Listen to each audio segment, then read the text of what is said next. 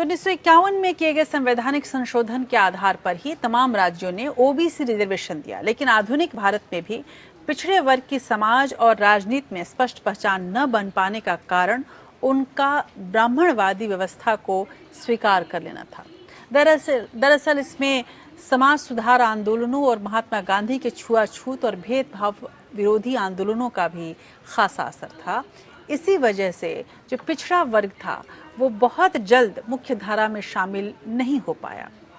ब्राह्मणवादी व्यवस्था ने उन्हें हमेशा पीछे रखने में ही भूमिका निभाई। लेकिन कुल मिलाकर देखें तो पिछड़े वर्ग की जातियों में भी सामाजिक और राजनीतिक रूप से आगे बढ़ने की आकांक्षा धीरे धीरे जरूर जगी। इनमें से कई जातियां जातिगत पेशों से समाज में आर्थिक रूप से संपन्न हो चुकी थीं। लिहाजा राजनीति को एक नया संप्रभु वर्ग नजर आना शुरू हुआ जो समाज और राजनीति में बदलाव ला सकता था। महात्मा गांधी के बाद सबसे पहले डॉक्टर अंबेडकर ने इन्हें पहचाना। इसके बाद समाजवादी नेता डॉक्टर राम मनोहर लोहिया ने तो भारतीय समाज में जात की अहमियत को सबसे ऊपर रखा और पिछड़ी जातियों में राजनीतिक नेतृत्व की चेतना जगाई और एक तरह से समाजवाद का एक भारतीय संस्करण का जन्म उन्होंने दिया। वहीं बिहार के मुख्यमंत्री के रूप में कर्पूरी ठाकुर ने राज्य में पहली बार पिछड़ों और महिलाओं को आरक्षण देने की शुरुआत की।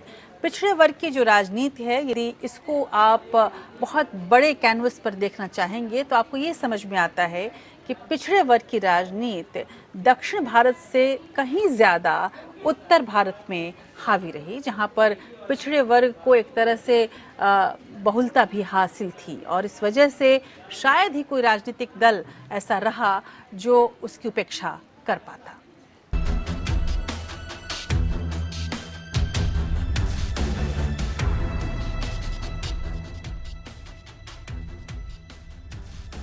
महात्मा गांधी पर आरोप लगता है कि उन्होंने शूद्रों को हिंदू धर्म से अलग पहचान बनाने से रोका और असमानता और भेदभाव को दूर करने के लिए सामाजिक आंदोलन चलाए रखने का भरोसा दिया।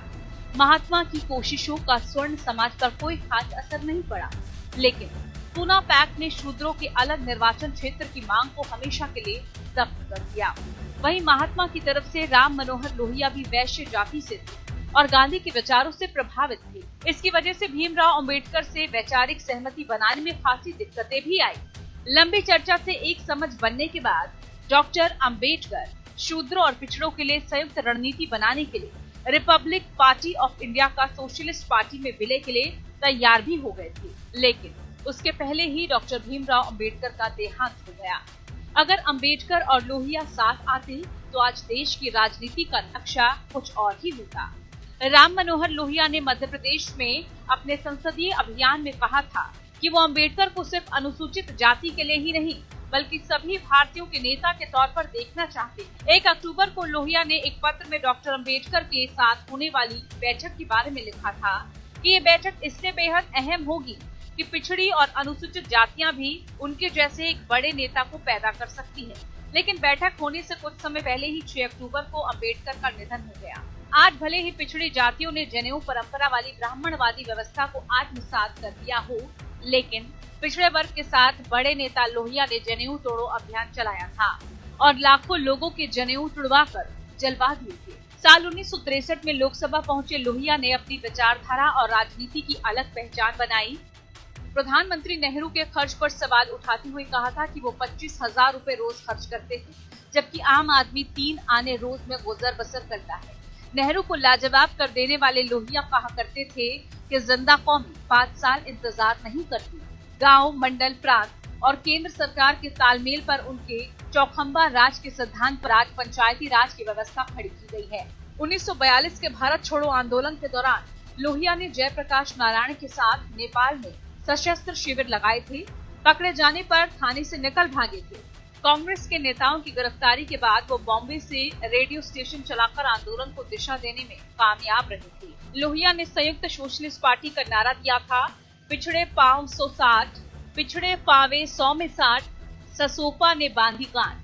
पिछड़ों के लिए आरक्षण की मांग पहली बार उठाई थी। ससोपा में 67 के आम चुनाव में हिस्सा लिया और लोकसभा की 520 में से 511 सीटों पर हुए चुनाव में 112 उम्मीदवार खड़े किए, लेकिन 23 पर ही जीत हासिल हो सकी। हालांकि पिछड़े वर्ग की राजनीति की शुरुआत को देखते हुए प्रदर्शन बहुत बुरा नहीं रहा। राज्यों के विधानसभा चुनाव की कुल 3487 सीटों में से ससोपा ने 813 पर चुनाव लड़ा और 180 प्रत्याशी जीते। वहीं यूपी और बिहार में बनी संयुक्त विधायक दल की सरकारों में 5 और 3 मंत्री भी बने, लेकिन समता, समानता और न्याय की बात करने वाले गांधी और अंबेडकर के बाद इसी साल 12 अक्टूबर को लोहिया भी दुनिया से विदा हो गए।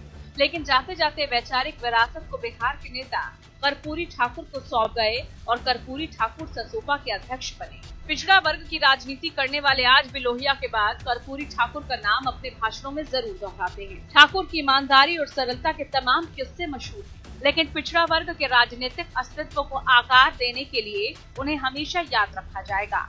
साल 1977 में दोबारा मुख्यमंत्री बनने पर उन्होंने बिहार को SC/ST के अलावा OBC के लिए आरक्षण लागू करने वाला देश का पहला राज्य बना दिया।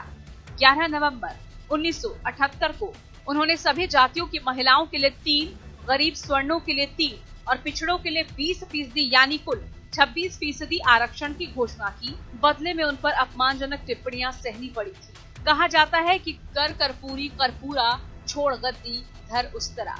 ऐसा इसलिए कहा जाता है क्योंकि वो जाति से नाई थे। अपने राजनीतिक जीवन में पिछड़ों की राजनीति को जीवन देने वाले का जीवन 1988 में समाप्त हो गया। अंशुमन त्रिपाठी, APN न्यूज के लिए।